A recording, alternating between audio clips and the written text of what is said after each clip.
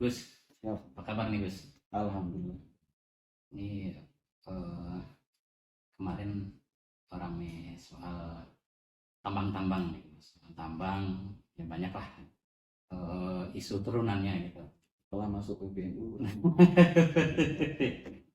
Nah, saya pengen ini dulu deh sebelum kita ngebahas tambang. Nah, ini kita mau tanya soal asosiasi penambang warga Nusantara. Nah, ini sebenarnya apa ini Gus? Apa singkatannya APWNU ya? Asosiasi Pertambangan Warga NU warga Nusantara. Nusantara. Iya, sebenarnya warga. Ada NU-nya gitu ya.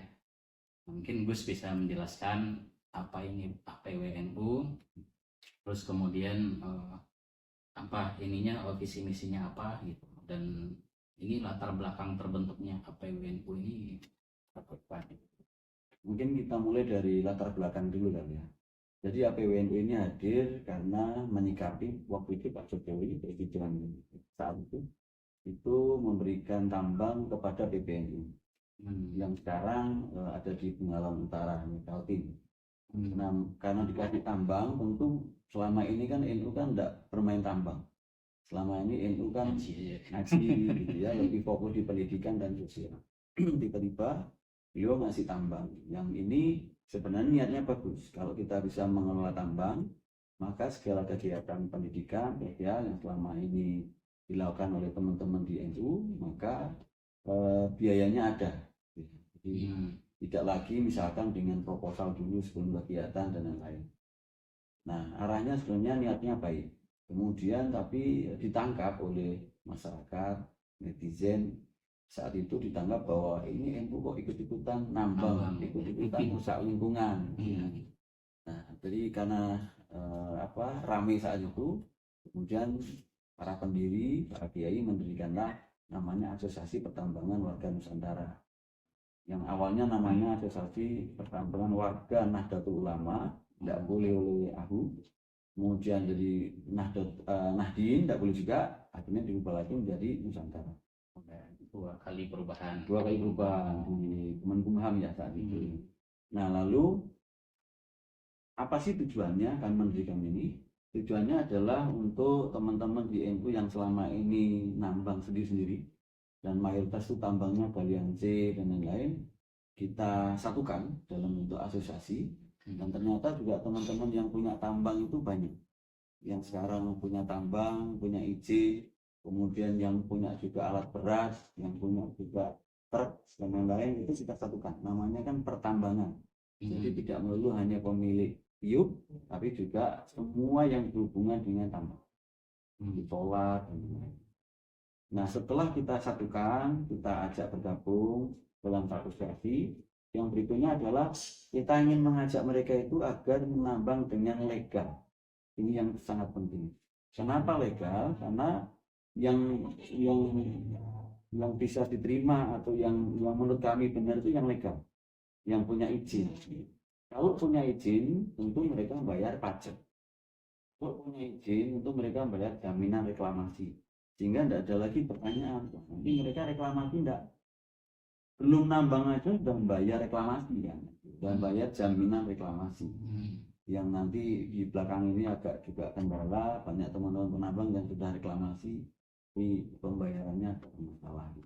Jadi arahnya ke sana.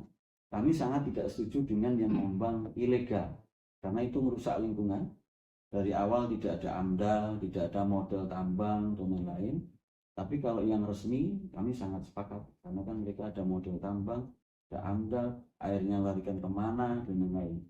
Nah, jadi kita tujuannya ke sana, menambang yang baik dan legal. Jadi garis bawahnya adalah penambang yang baik dan legal gitu.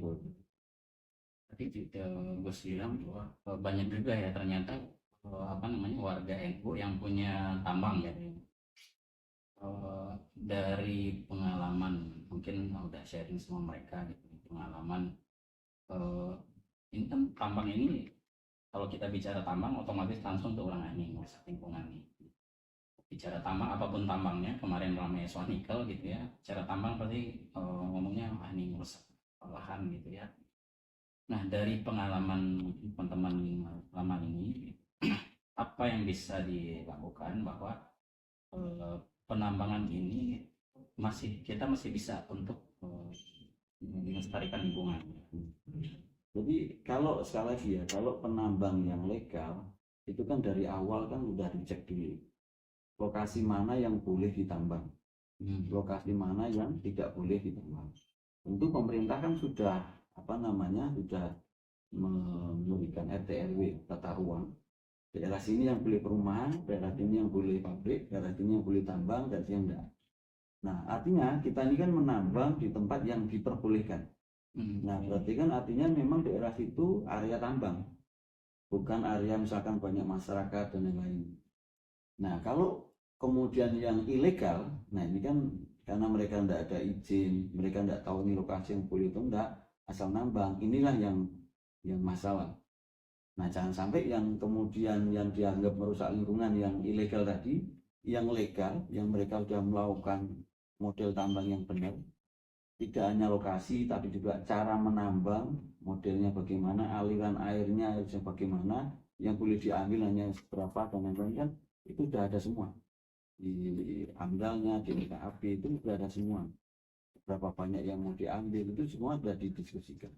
Nah, jangan sampai yang sudah ngurus seperti ini dan itu tidak gampang, sulit, itu tiba-tiba dirusak yang ilegal, dan semua yang dilihat yang ilegal. Kalau yang ilegal sekali lagi, ayo kita berantas bareng-bareng. Nah, kami berada di sini untuk yang ilegal, ayo dilegalkan. Kalau yang berantas tentu kan urusan pemerintah ya, kemudian dengan segala aparatnya, polisi, tentara. Kalau kami kan tidak berada di situ. Kami yang ilegal mari dilegalkan, itu tujuan kami.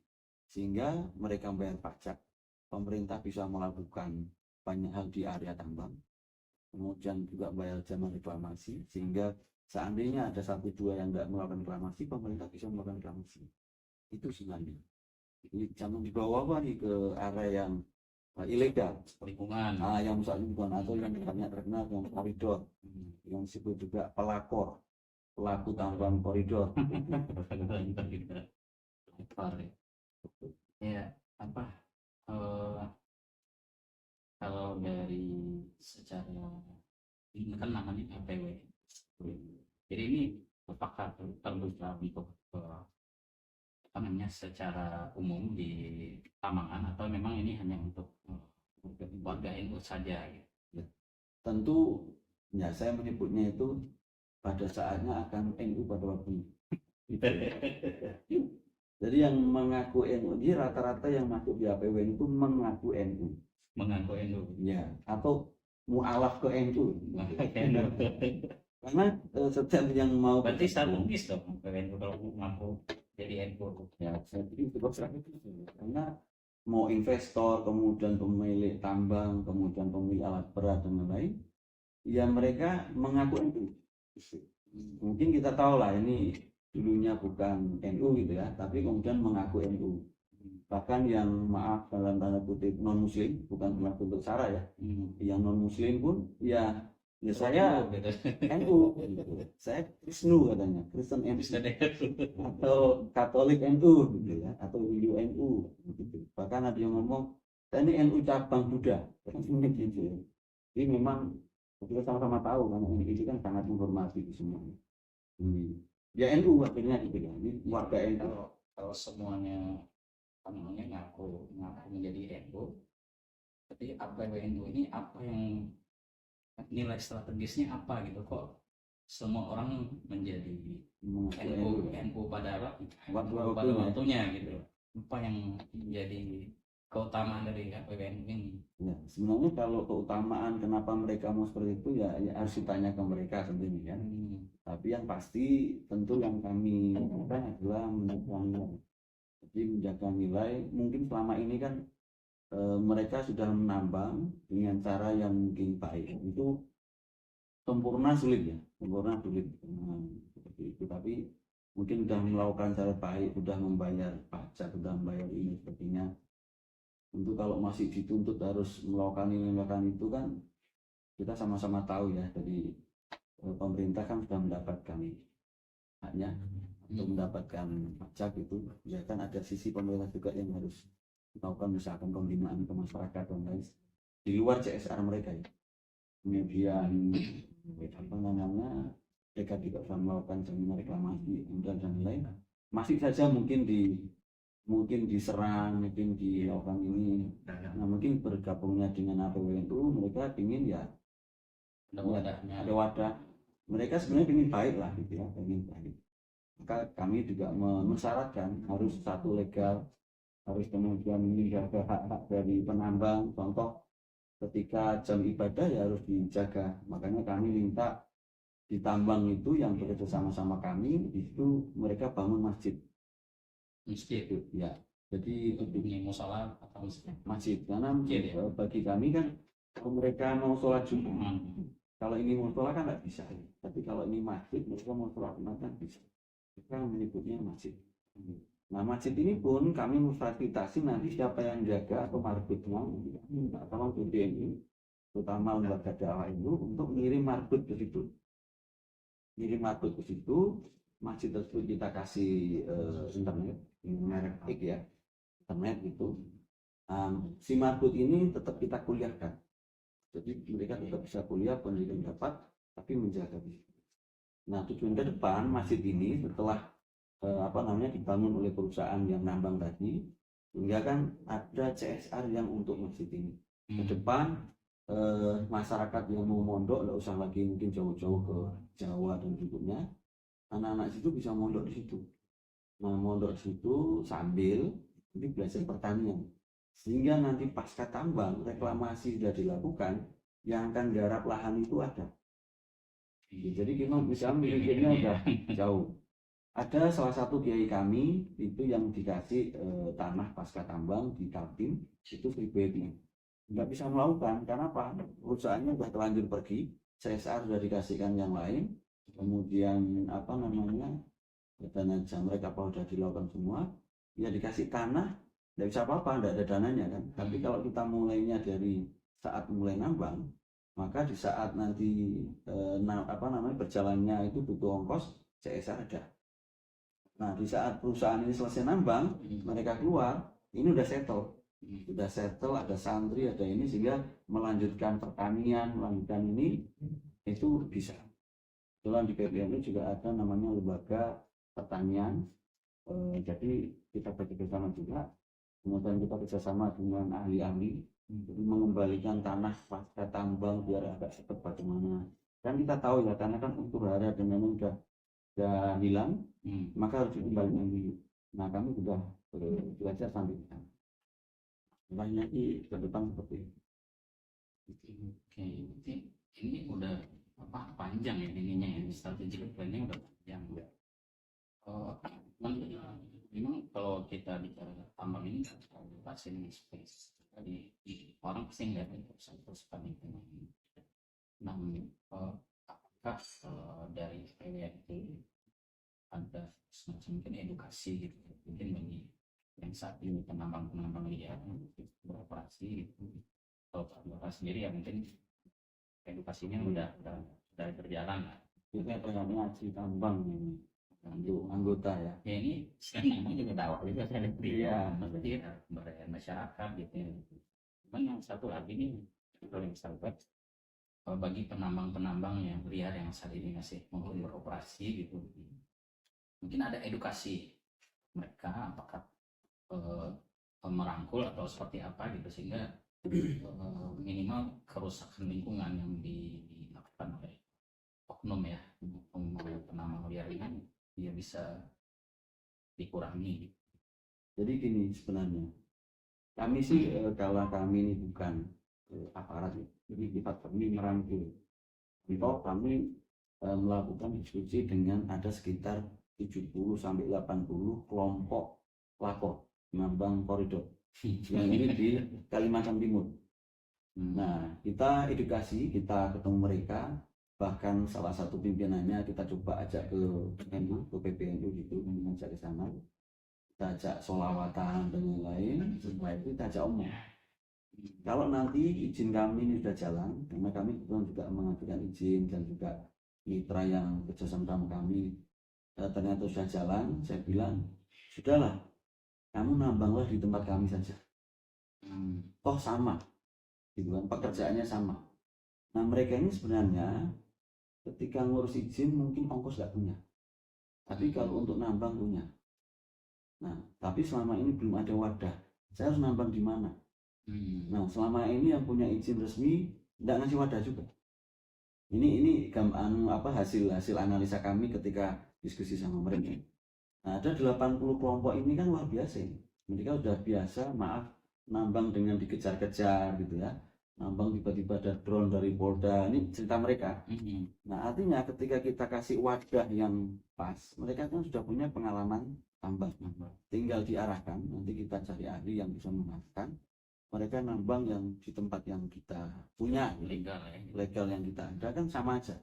Itu malah mereka, saya bilang kalau seperti itu bagaimana, mereka senang kali. Yang penting kan dapur ngebul katanya, yang penting kan untuk dikirim ke keluarga tetap ada dan lain-lain. Nah ketika saya belajar sama mereka, saya tanya itu, mereka untung nggak banyak, justru hasilnya tuh habis untuk untuk koordinasi, untuk tetek bengek yang lain, untuk koordinasi dari atas sampai bawah, koordinasi masyarakat dengannya. Mereka bilang malah sebenarnya ya kita itu hanya balik modal saja. Untung tuh ya untuk makan sama ya dikirim keluarga besoknya, untungnya tipis. Tapi kan kerusakannya kan gede. Mereka tidak bayar pajak, mereka tidak dari ini kan. Nah saya pikir ini mungkin juga sedikit masukan untuk pemerintah.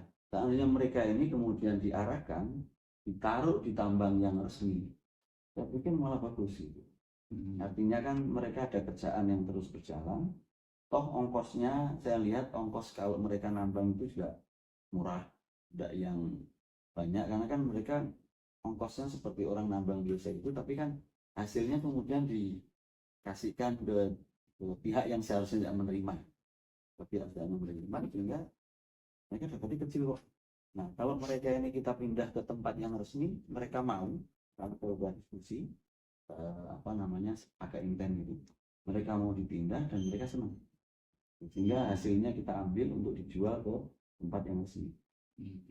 Tinggal nanti misalkan harus sertifikasi dan apa itu bertahap, nanti kita dampingi sertifikasi. Kita juga sedang proses untuk bikin LSP ya, lembaga sertifikasi. Nah mereka ini kan nanti bisa kita bina dulu dengan sertifikasi, dengan nambang dengan cara yang kita ikutkan nanti di ngaji tambang namanya, ngaji tambang, jadi tahlilan dulu baru ngaji tambang.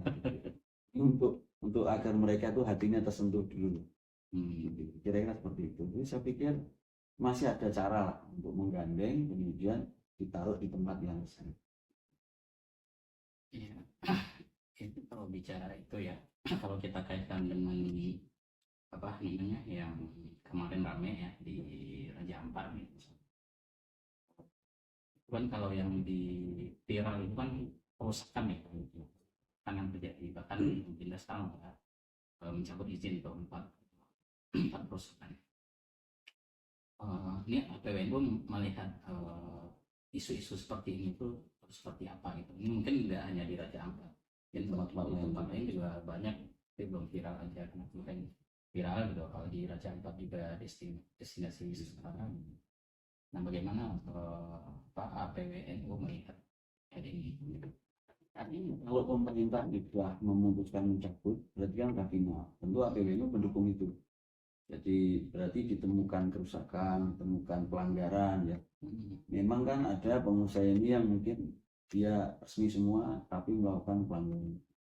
Kemarin kita juga misalkan ada yang ini pengusaha minyak itu, dia resmi semua tapi dia ngambil juga dari yang tidak resmi diambil. Akhirnya sekarang dianggap juga izinnya dipermasalahkan. Jadi nah ini juga menjadi catatan kami, kemudian juga saran dari anggota kami, teman-teman penambang. Menurut saya kita nambang dengan legal itu udah kaya, untungnya udah gede, karena kan kita nggak usah memproduksi, tambangnya itu sudah ada gitu ya, tambangnya di alam itu sudah ada, kita tinggal ngambil. Nah saya yakin dengan legal saja, dengan resmi saja, dengan baik saja, kita ngambil di tempat yang benar saja, itu sudah untungnya tuh gede.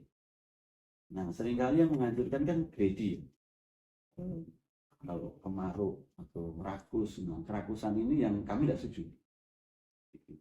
Jadi kalau memang sudah pemerintah cabut, artinya saya yakin di situ sudah ada pelanggaran, sudah ada hal yang tidak sesuai. Jadi ya saya sepakat dengan itu. Tetapi kalau dihubungkan yang ramai sekarang, maka tambang harus tutup semua, itu saya tidak setuju. Jadi jangan sampai misalkan seperti ini ya, ada tikus di rumah gitu, rumahnya dibakar. Biar tikus yang pergi, jangan lah. Ya tikusnya itu dicari, yang masalah tikusnya itu yang dalam tanda kutip dibasmi gitu ya. Jangan sampai rumahnya ikutan dihancurkan. Jadi sikap kami seperti itu. Ya, ini sebenarnya masih terkait isu tambang nih, tapi yang ramai kemarin itu sempat pernyataan dari Gus Ulil gitu ya, yang apa namanya pemurnian ekosistem gitu kan, sempat menyinggung apa namanya yang viral itu Wahabi gitu. Nah, gimana Bu? Mungkin ada penjelasan dari APWNU mengenai hal ini biar nggak terus menjadi bola liar gitu kan, wah kan Bapak apa Wahabi lingkungan katanya.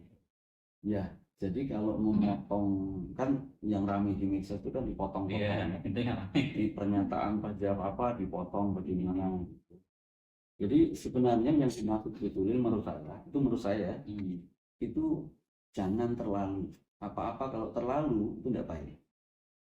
Kita cinta istri kan harus, tapi kalau terlalu cinta istri, ketika maaf nanti istri dipanggil yang maha kuasa Allah gitu ya, kemudian kita sampai stres, maaf sampai schizofren atau menjadi ODGJ gara-gara terlalu cinta sama istri, kan tidak baik. Padahal kan anak butuh kita. Atau kita terlalu, misalkan gini ya, kalau kita memandang misalkan ada satu kelompok yang terlalu harus menjaga lingkungan, terlalu, maka tidak ada pembangunan dong. Misalkan ada yang kemarin contohkan Zulil membangun jalan tol, itu kan juga merusak juga. Ada sawah yang harus dikorbankan, ada kebun yang harus dikorbankan, ada hutan yang harus dikorbankan untuk membangun jalan tol. Nah kalau itu kemudian tidak boleh, karena terlalu kemudian tidak boleh, mau bagaimana? Karena kepadatan penduduk, pertambahan penduduk gitu ya, apa masyarakat tidak boleh beli mobil semua gitu. Masyarakat tidak boleh nambah anak gitu ya. Nah ini kan tidak boleh juga. Jadi kita sesuai porsi. Terlalu tidak boleh, tapi kami tetap cinta lingkungan tentu. Karena di NU sendiri seringkali juga nanam pohon dan lain-lain. Tapi sisi lain karena kita butuh tambang, kita butuh batu bara, ya tetap menambang sesuai porsinya, sesuai pasnya gitu ya. Terlalu merusak juga kami tidak setuju. Jadi dalam hal ini kita garis bawahi adalah ya terlalu, yang terlalu tidak baik. Suka sedekah baik, terlalu suka sedekah juga tidak baik. Akhirnya yang disedekahin mengharap, tidak mau lagi bekerja, tidak mau lagi, ini banyak kasus ya. Akhirnya karena terlalu sedekah, terlalu baik, akhirnya ini kok bulan ini udah dikasih gitu.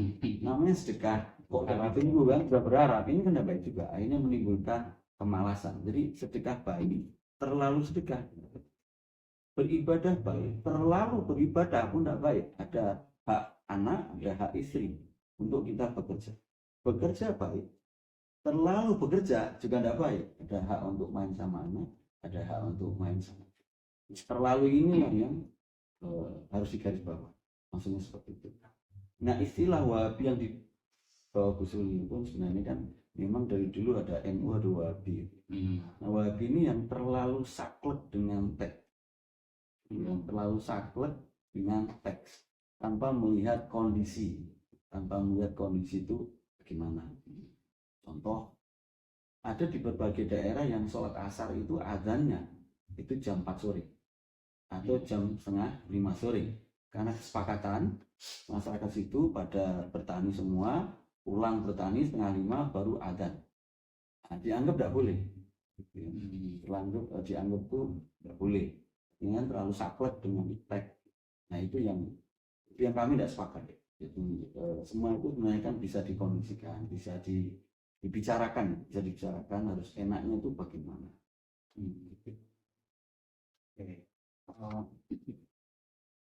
Mungkin ini Gus, dari semua apa namanya, niat baik tadi ya yang saya lihat sisinya ada dakwahnya kepada masyarakat, mungkin ada yang ingin disampaikan,